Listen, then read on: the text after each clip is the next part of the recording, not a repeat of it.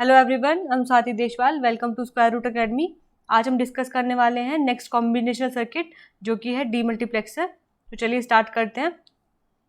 Demultiplexer is a single input and many output circuit. यानी कि demultiplexer में क्या होता है, नंबर ऑफ इनपुट सिर्फ एक होती है और नंबर ऑफ आउटपुट हमारी मैनी होगी। और मैनी मतलब किस हिसाब में होगी, 1 × 2 n करके हमारी जो सर्किट होगा डीमल्टीप्लेक्सर का।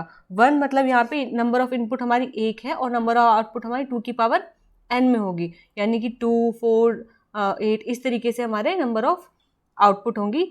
मल्टीप्लेक्सर में हमारा क्या था, 2n × 1 था, यानी कि वहाँ पे नंबर ऑफ इनपुट हमारी 2n थी, आउटपुट हमारा 1 था। Demultiplexer is a reverse function of multiplexer.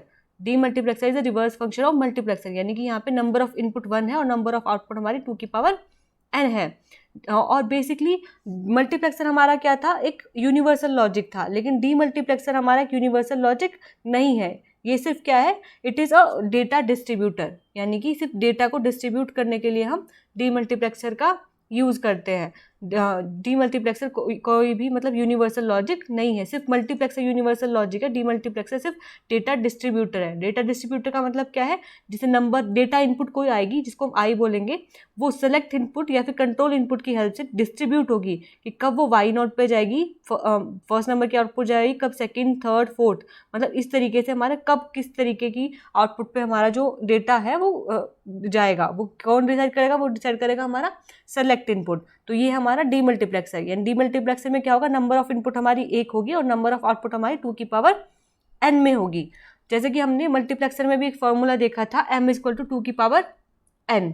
तो जैसे मल्टीप्लेक्सर में हमने देखा था, इसी तरीके से डीमल्टीप्लेक्सर में भी हमारा सेम फॉर्मूला है, m = 2n। यहाँ पे m क्या है, नंबर ऑफ आउटपुट्स, n क्या है, नंबर ऑफ सेलेक्ट लाइन। और मल्टीप्लेक्सर में क्या था, जो कैपिटल M था वो नंबर ऑफ इनपुट्स था, लेकिन डीमल्टीप्लेक्सर में जो कैपिटल M है वो नंबर ऑफ आउटपुट है। तो डीमल्टीप्लेक्सर के हमारा फॉर्मूला क्या है, m = 2n, जहाँ पे कैपिटल M है number of output, small n है नंबर ऑफ सेलेक्ट लाइन।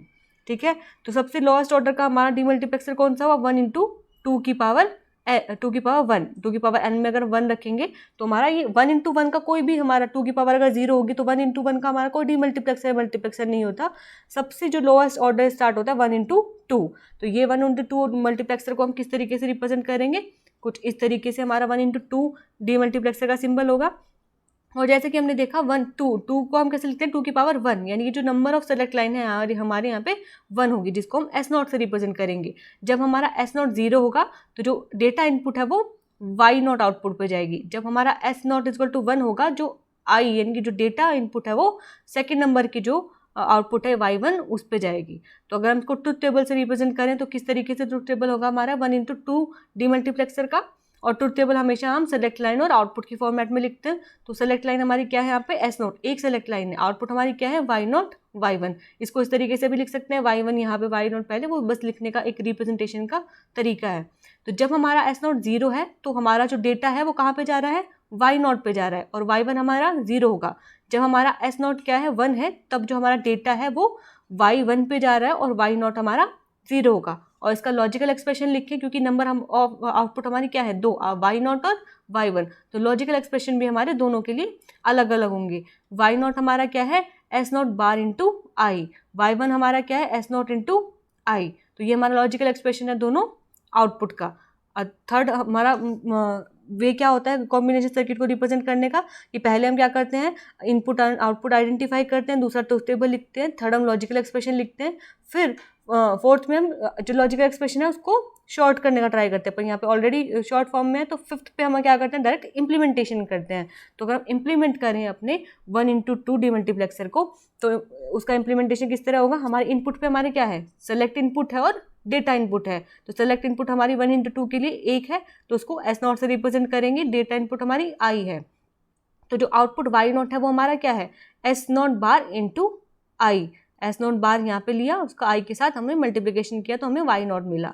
और Y1 हमारा क्या है, S0 × I, तो ये हमारा Y1 आएगा। और यहाँ पे एक चीज़ ध्यान रखने वाली बात क्या है हमारी, कि नंबर ऑफ आउटपुट हमारी कितनी है, 2, 1 × 2 डीमल्टीप्लेक्सर में। तो नंबर ऑफ आउटपुट हमारी 2 है, तो number of and gate required कितने होंगे, number of and gate required भी हमारे आउटपुट के इक्विवेलेंट ही होंगे। तो आउटपुट हमारी 2 है, तो नंबर ऑफ जो एंड गेट रिक्वायर्ड है वो भी हमारे 2 होगा। तो यानी कि जितने नंबर ऑफ आउटपुट होगा उतने ही एंड गेट रिक्वायर्ड होंगे हमें इंटरनल स्ट्रक्चर बनाने के लिए डीमल्टीप्लेक्सर की। तो ये कई बार एग्जाम में डायरेक्टली पूछ लिया जाता है कि कितने number of and gate required होंगे टू इम्प्लीमेंट 1x2 डीमल्टीप्लेक्सर और 1x4 डीमल्टीप्लेक्सर। तो ये चीज़ें याद रख के चलाएं कि जितने नंबर ऑफ आउटपुट होंगे उतने ही नंबर ऑफ एंड गेट हमें चाहिए होंगे। और ये हमारा क्या है, नॉट गेट और एंड गेट से मिलकर के बना है हमारा डीमल्टीप्लेक्सर। और हमारा मल्टीप्लेक्सर क्या था, मल्टीप्लेक्सर हमारा था एंड और एरे था, और वो हमारे साथ में क्या था, यूनिवर्सल लॉजिक भी था। ये एक कोई मतलब इस टाइप का एरे नहीं है, एंड और एरे नहीं है, ये हमारा क्या है, सिंपल एंड गेट और नॉट गेट से मिलकर बनेगा। और जो हमारा डीमल्टीप्लेक्सर है वो यूनिवर्सल लॉजिक नहीं है। दूसरा हमारा डीमल्टीप्लेक्सर कौन सा है, 1x4 ऑर्डर का, यानी कि इसको 1x2 बोलेंगे। और 2 मतलब जो हमारी सेलेक्ट लाइन है वो 2 होंगी यहाँ पे, जिसको हम S1 S0 से रिप्रेजेंट करेंगे। और S1 और S0 डिसाइड करेंगे कि किस टाइम पे हमारा जो डेटा इनपुट है वो कौन से नंबर के आउटपुट पे हमारा जाएगा। जब इसी को ट्रुथ टेबल से अगर हम लिखें तो जब 0 0 होंगे S1 S0 तो हमारा जो डेटा है यानी कि डेटा इनपुट है वो आउटपुट Y0 पे जाएंगे और अदर आउटपुट हमारी 0 होंगी। इसी तरीके से जब हमारा S1 S0 0 1 होगा तो आउटपुट Y1 पे जाएंगी, अदर आउटपुट हमारी 0 होगी। 1 0 होगा तो जो इनपुट है हमारी आउटपुट Y2 पे जाएगी और अदर आउटपुट हमारी 0 होंगी। इसी तरीके जब S1 S0 1 1 होंगे तो हमारा जो डेटा इनपुट है वो Y3 आउटपुट पे जाएंगे और उससे अलग जो आउटपुट होंगी हमारी 0 0 होंगी। ठीक है, अब हम इसका लॉजिकल एक्सप्रेशन लिखें तो आउटपुट हमारी क्या है, 4 आउटपुट है तो 4 के 4 आउटपुट का अलग से हमारा लॉजिकल एक्सप्रेशन होगा। और लॉजिकल एक्सप्रेशन किसके फॉर्म में लिखा जाएगा, सेलेक्ट इनपुट और हमारा डेटा इनपुट की फॉर्मेट में। तो Y0 हमारा क्या होगा, S1 बार S0 बार इंटू आई। Y1 हमारा क्या होगा, S1 बार S0 इंटू आई। Y2 हमारा क्या होगा, S1 S0 बार इंटू आई। Y3 हमारी S1 S0 आई। तो ये हमारी लॉजिकल एक्सप्रेशन है Y0 Y1 Y2 और Y3 के। तो अगर हम इसका इम्प्लीमेंटेशन करें तो इम्प्लीमेंट किस तरीके से होगा, सेलेक्ट इनपुट हमारी क्या है, S1 S0 डेटा इनपुट आई। तो अगर हम इसको करें, पहला Y0 हमारा क्या आएगा, S1 का बार S0 का बार इंटू आई। दूसरा हमारा क्या है, S1 बार S0 इंटू आई। तीसरा हमारा क्या है, S1 S0 बार इंटू आई। फोर्थ हमारी क्या है, S1 S0 आई। तो यहाँ भी हमारा इम्प्लीमेंटेशन हुआ 1x4 डीमल्टीप्लेक्सर का। और यहाँ पे भी देखिए नंबर ऑफ आउटपुट हमारी क्या थी, 4 थी।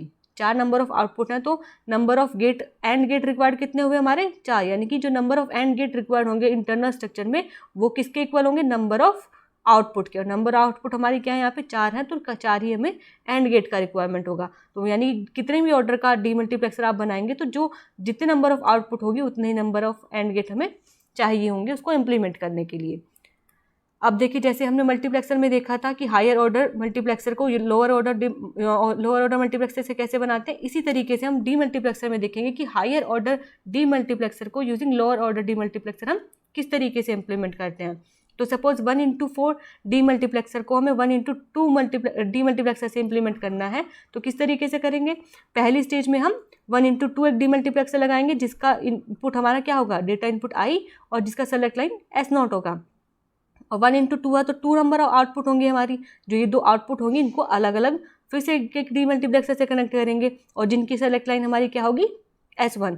क्योंकि हमारा क्या होगा 1x4 डीमल्टीप्लेक्सर में कितनी सेलेक्ट लाइन होती हैं, 2, S0 और S1। और तो यहाँ पे हम जो फर्स्ट स्टेज होगी उसमें हम LSB कनेक्ट करेंगे और जो उससे नेक्स्ट स्टेज होगी हमारी उसमें MSB कनेक्ट करेंगे। अगर मतलब हायर ऑर्डर इससे भी अलग एक स्टेज आती तो उससे नेक्स्ट बिट को कर लेंगे। पहले हम हमेशा क्या लेके चलेंगे, LSB, फिर LSB से नेक्स्ट, फिर MSB। इस तरीके से हम अपनी सेलेक्ट लाइन को लेकर के चलेंगे। तो जो यहाँ ऊपर वाला मल्टीप्लेक्स है उसकी आउटपुट क्या होगी, Y0 Y1, नीचे वाले की होगी Y2 Y3। तो ये हमारा कितना इम्प्लीमेंट हुआ, 1x4 डीमल्टीप्लेक्सर बन गया यूजिंग 1x2 डीमल्टीप्लेक्सर।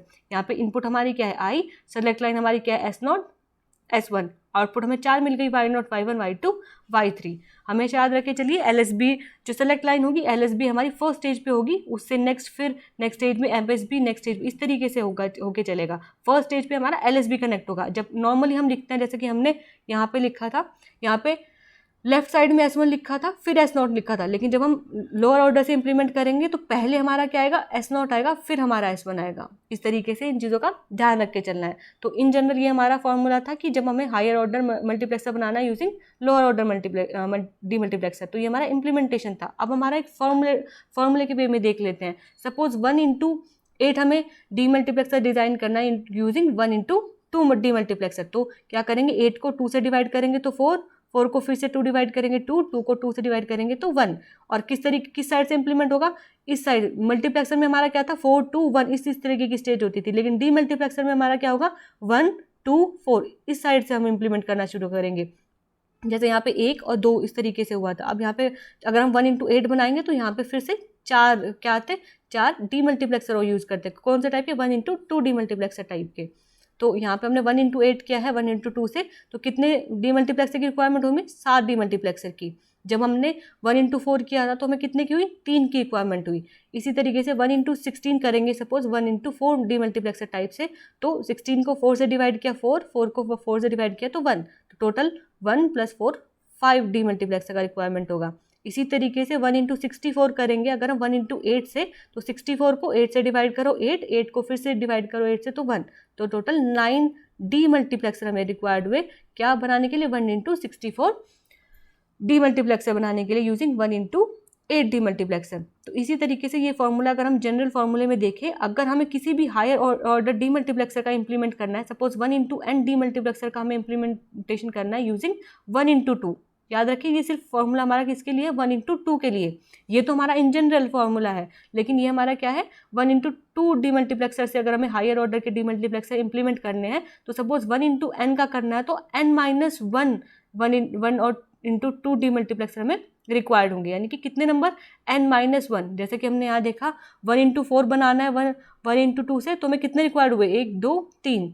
1/8 बनाना है 1/2 से, तो हमें कितने रिक्वायर्ड होंगे, 7। तो इसी तरीके से सपोज 1/16 बनाना है हमें किससे, 1/2 से, तो हमें कितने रिक्वायर होंगे, 16 - 1 15, यानी कि 15 1/2 डीमल्टीप्लेक्सर रिक्वायर्ड होंगे अगर हम 1/16 मल्टीप्लेक्सर बनाना चाहें 1/2 डीमल्टीप्लेक्सर से। तो ये फॉर्मूला किसके लिए, सिर्फ अगर 1/2 डीमल्टीप्लेक्सर की हेल्प से हम अगर कोई भी हायर ऑर्डर डीमल्टीप्लेक्सर बनाना चाहते हैं। और ये फॉर्मूला हमारा, ये जो पैटर्न है, ये हम इन जनरल किसी भी हायर ऑर्डर को किसी भी लोअर ऑर्डर से इंप्लीमेंट करने के लिए हम यूज़ करते हैं।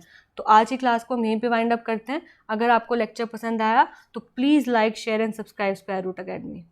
Thank you so much.